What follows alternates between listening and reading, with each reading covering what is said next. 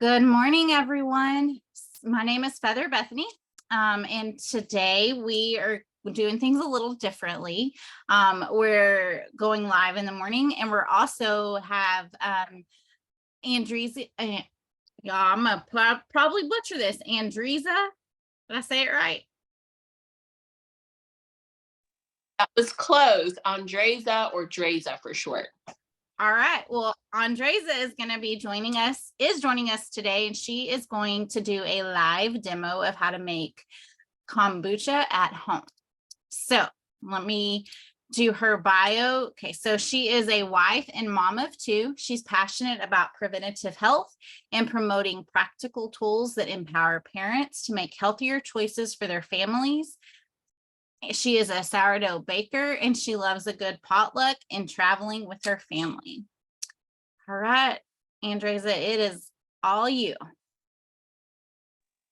Okay, great. So kombucha is really simple to make, and it's a really great entryway when trying to make gut-friendly and gut-healthy drinks and foods. And so what I have here is some black tea that I made just a little bit ago. And really what I did is I put 2 cups of water in here, and then I did 8 tea bags of this organic black tea.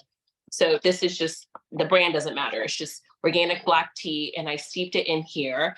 And then I took out the tea bags and put a cup of organic pure cane sugar in here. So I mixed it all up. So you make sweet tea. And then the next thing that you want is a nice size glass jar like this. I got this at Walmart for $10. And then you want your starter tea, which the starter tea is just the leftover kombucha from your last brew, and that helps things go a little bit faster. And then you need your SCOBY, which is this gelatinous looking thing that everybody is always like, ugh, this is gross. But this is what turns your sweet tea into the fermented tea that you want. That's great for your gut. So let me just show you the process. So I have my big jar in here. I'm going to add the sweet tea first. And then I typically add the water next. And so since this is a gallon, and I already have 2 cups of tea and 2 cups of starter, I'm going to do 12 cups of water in here.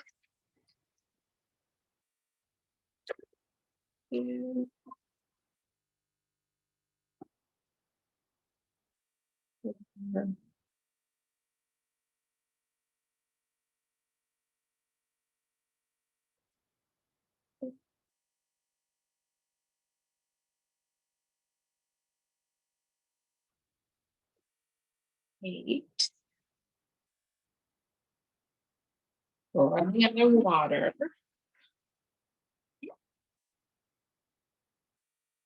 And I'm going to grab just a little bit more. So wait just a second.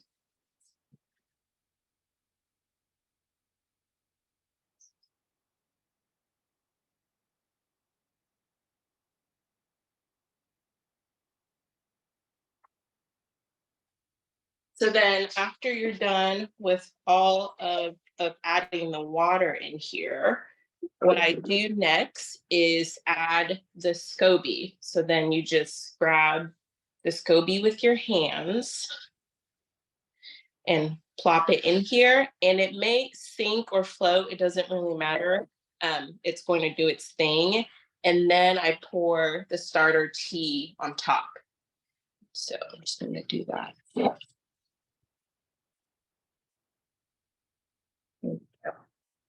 And what you're going to do after, you want to get like a tea towel or a kitchen towel that doesn't have big holes in it, because you don't want any fruit flies to get through it. You want to cover your jar and put hair tie or rubber band around it. And then you're going to put it in a cabinet or on your counter and let it sit for 10 days minimum, I would say. And then people will let it go up to 15 days. So what you're going to do over that period of time is just let it sit, and it's going to be fermenting.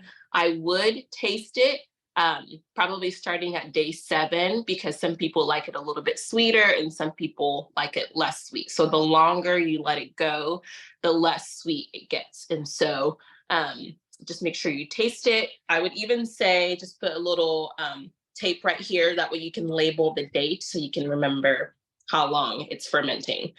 So leave it on the counter and then you can taste it and then refrigerate it. I would get a glass jar like this and refrigerate it, and then you could brew another batch and keep it going. Okay, that is amazing. And it doesn't seem like it takes long to make it. Nope. So I have a couple questions. Okay. Okay. First, does the SCOBY or that you put in there, is that reusable? Do you save that and reuse it every time? Yes. And with each brew, there's going to be another layer that forms. And so with this jar, because of how wide it is, the SCOBY is essentially going to grow to cover the top layer. So it'll get really big. And so it'll be thinner and thinner. And if you've seen SCOBY that's really thick, that just means they've brewed for quite a bit and it just keeps building on it. Oh, wow. So the one you put in there, it will grow with it and get bigger. Yeah. So another layer will form on top really, and then that one will kind of just be on the bottom, and then it'll kind of start building the layers with each brew. Okay, that is so crazy. So Yeah. The sugar. I know some people may be tempted to put like monk fruit sweetener or whatever, because we don't need sugar, so many people are afraid of sugar. So is there, does it have to be the like organic cane sugar? Will it work the same way if you use like a natural artificial sweetener like monk fruit or stevia? I have not used artificial, so I don't know for sure. I do know that the bacteria and yeast really thrive on that. And so if somebody doesn't want to consume a lot of sugar, then they would let theirs ferment longer, because that's what bacteria and yeast they're eating off of. And so the longer it goes, the less sweet it gets. So some people let it go for 21 days, which for me, that's like really tart and pungent, but they don't want it to be super sweet. And so you can let it go that way. So you're going to get the same benefit if you let it go 10 days or 21 days. The only difference is the sugar, the sweetness level. Yes. Okay. That's So correct. you would go 10 days, no shorter than 10 days, correct? Yeah, I wouldn't go any shorter than 10 days. And what I'm going to say about this kombucha, and then really any other ferment, if you're making sourdough or anything like that, a lot of it is going to be dependent on some of the things is temperature. So the temperature of your kitchen is going to differ than mine. And so the warmer it is, the quicker things get moving. The cooler it is, the longer it takes to go. And so in the summer, it depends on where you are. For some people, it could be as short as 4 to 5 days, and it gets to the point, of where they want it to be. But in the winter, it could take, closer to 15 days, because if you're leaving it on the counter, it's just cooler, and they just, it just takes a little bit for the bacteria and yeast to do their work. Wow. Okay. That is just amazing.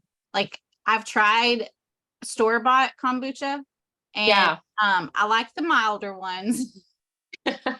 I've tasted some. I'm like, yeah, I cannot do that. It is. But then I have friends that are like, give me all the kombucha, the stronger, the better. I'm like, okay, more power to you. Yeah. Well, thank you so much.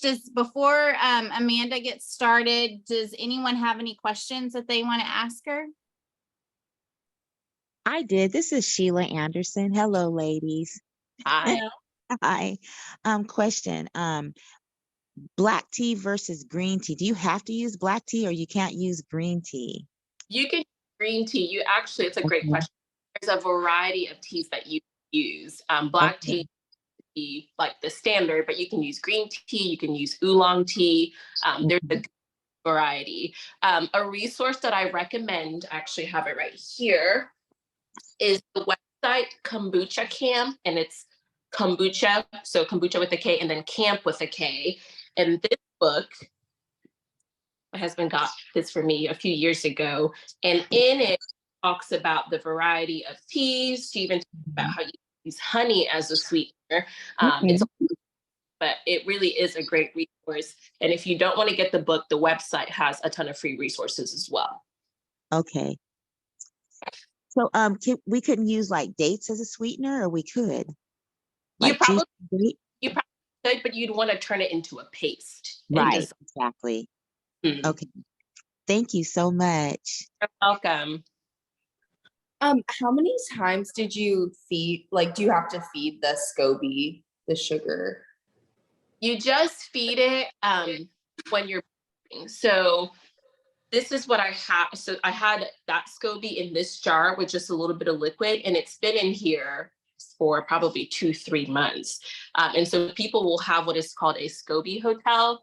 And so they'll essentially have a jar that's just for their SCOBY. If anything happens, or if they're sharing a lot of it, they like take the layers out of that and then have a different jar for brewing. And so periodically you'll want to add sweet tea, but you'll just kind of keep an eye on it as long as it's submerged under the liquid in like your hotel, essentially, whether it's a jar this size or a little bit bigger. You don't actually have to feed it as often as you would if you were brewing.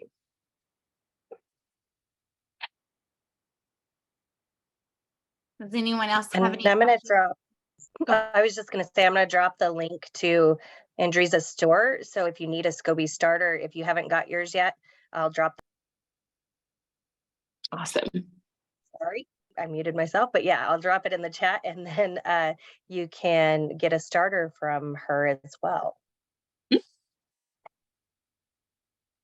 Yeah, and I'll drop it. I'll put it in the Facebook Live as well. And so if no one has any more questions, and if you think of questions, we'll open it back up at the end for you to ask questions as well, because I may have more come up myself. So so we're gonna go ahead and let Amanda get started. She's just gonna do a little presentation talking about gut health and all the things with that. Yeah, so I'm Amanda Dunlap. I live in Corona, New Mexico. So excited to learn about this. I am like brand new to kombucha, to sourdough, to like all the things. And I have big dreams. Maybe not a lot of time on my hands, but I have big dreams. So I'm excited to learn a lot of this. So thanks for sharing. Let me share my screen here. So we're just talking a little bit about gut health and how kombucha plays into our gut health, and just some of the benefits. Again, we're not making any medical claims. These are just things that people have experienced. These are some of the benefits that there's, always conflicting research, but some of these are really backed by research, but maybe not all of them. So we don't want to make any medical claims. We just know that it helps to feed that gut biome and to keep the good bacteria going in your gut. Our guts are tied to so many health parts of our body, including migraines, including depression, any kind of mood disorders. We know that that's sometimes or most often linked to directly to our gut health. So some of the health benefits of kombucha: it obviously helps to detoxify your body. So it's going to draw out some of those toxins that maybe build up in the liver, that build up in other parts of the body, and it's going to help eliminate those. It's an antioxidant. It can help control diabetes and help kind of level out those blood sugars. It can help relieve arthritis pain, and it can be used for treating ulcers. It can be beneficial if you're going through cancer treatments, and help just obviously eliminating some of those toxins that we experience with cancer treatments. It has hepatoprotective qualities. There we go, Heather. I'm going to stumble over my words this morning too. It has antimicrobial effects, and it can help control cholesterol levels in your body, and it can improve digestion. So it obviously helps us to just balance some of those things in our guts. We know that there are proven health benefits of good gut bacteria. It can help strengthen our immune system. It can help reduce yeast infections and improve mood and mental health, can boost our energy levels and improve our oral health, can help support weight loss and lower cholesterol levels, regulate hormone levels, and contribute to a longer life overall. If you're looking for the research behind a lot of this, the Gastroenterology and Hepatology has an independent peer-reviewed journal, and I'm not going to read this entire abstract, but there's a lot of research that talks about balancing that gut microbiota and making sure that our biomes within our gut are really balanced in order to improve overall health. For a lot of different areas. And we've heard some of those as far as talking about arthritis and cholesterol and diabetes and cancer and brain health and all the things. So everything really kind of stems from our guts. And if our guts are happy, our bodies are happy. And so if you're really driven by the research and you like the science behind things, just Google research behind gut benefits or gut health benefits. And there's lots of things that are going to show up. So we also want to talk a little bit about Juice Plus, because we know that Juice Plus is also one of those benefits that just helps us to incorporate more fruits and veggies into our diets and help us kind of bridge those gaps. And obviously, when we're bridging those gaps and introducing all of these things, right, like the fruits and the veggies and helping balance our gut with the kombucha or the sourdough and those kind of things, we know that we're going to improve our overall health and just maybe live a little bit happier, healthier, longer lives. So part of the reason that I know I chose Juice Plus was the research. And there's over 40 independent peer-reviewed scientific publications with Juice Plus that talk about the benefits by adding those additional fruits and veggies into our diets, and just the benefits that we can gain from taking it on a regular basis. Here's some of the things that are encapsulated into each of the different types of capsules. You're getting the phytonutrients, and we're picking them at peak productivity for each fruit and vegetable, and then encapsulating those into easy to take capsules or gummies. And it just helps our bodies process those things a lot easier. Here's some of the benefits that people have seen with taking Juice Plus. Again, we're not making any medical claims, but we definitely know that it's bioavailable, helps with digestion, helps keep our body detoxed, natural boosted energy, lower cholesterol, stronger immune systems, healthier bones and joints.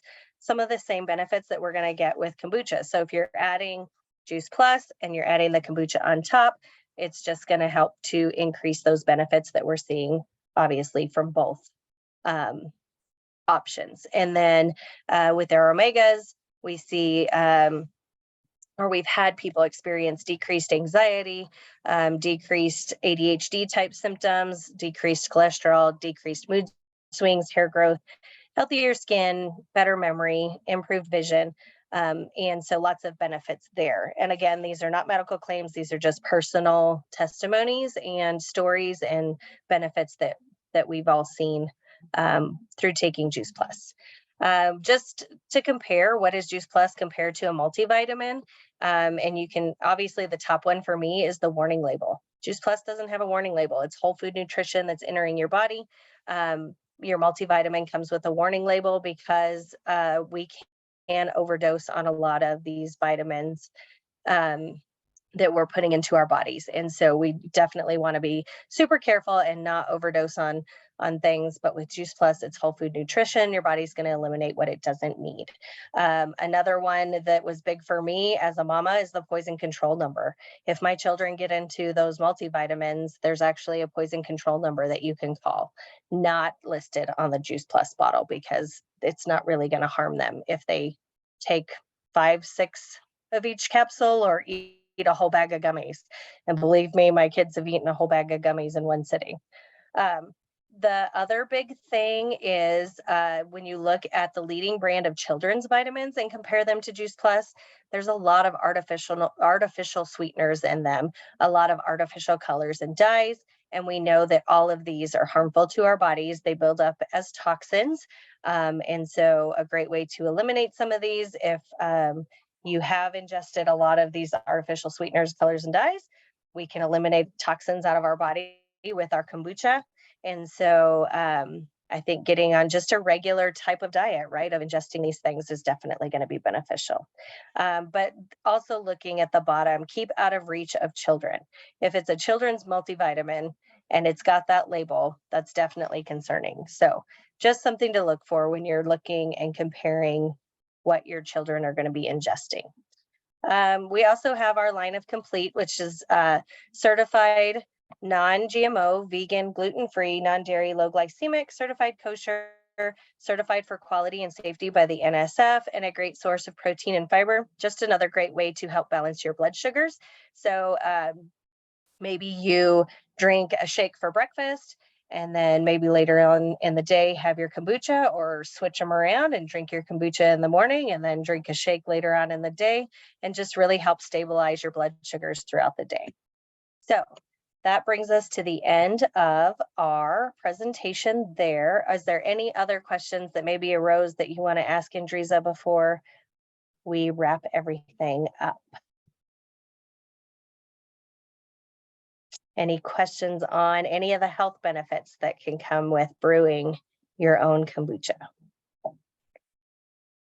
And if I'm not mistaken, if you want to learn a little bit more and maybe dive a little bit deeper, because what we did was kind of a quick, fast, and easy way to make it, Andreza does offer classes.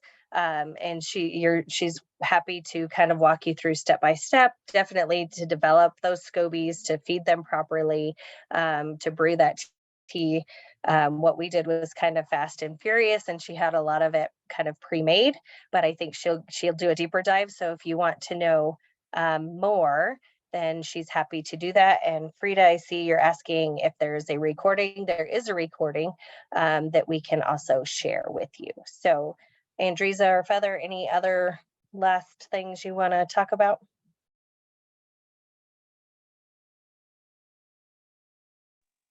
No, I don't have anything, but this was great. Thank you. Yeah, no. Thank you for taking time out of your day to do this with us. Yes, absolutely, 100%. I don't have any questions or anything to add. Just thank you. We really appreciate this. And if those of you that want a recording, if you want to send me a private message, that way I can find you easy on to send you the recording in Messenger or Voxer if y'all have me there. Thank you. And we'll also be doing July is self-care month. That's why we did self-care and we kicked it off with the kombucha. So we're also going to have next week, we are talking about, Feather, help me out here. I'm trying to find my list. Next week, we are doing fitness with Bree Tanner. And then the next Thursday, which the date, we're doing facials, and we'll actually be using the capsules. So if anyone watching this wants to participate in that facial, then reach out to whoever invited you to this so that you can get some capsules sent to you.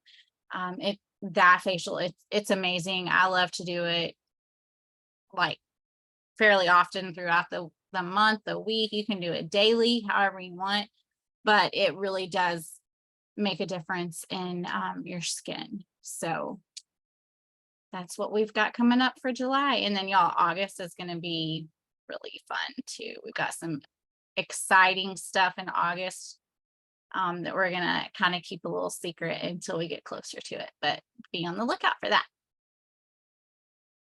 All right, so I think that's the end. And thank you, Andreza, again for doing this. And her link is in the chat. We'll also post it in the Facebook group if you have others that you want to share it with. I'm sure you can share that link with them, and that way they can get either their SCOBY ordered or get with Andreza to sign up for maybe a longer class to learn a little bit more. But I'm super excited to start trying kombucha and just incorporating it into our daily routine. So thank you all. Thank y'all. Have a good day. Thanks. Y'all have a great week. You too. Thank you.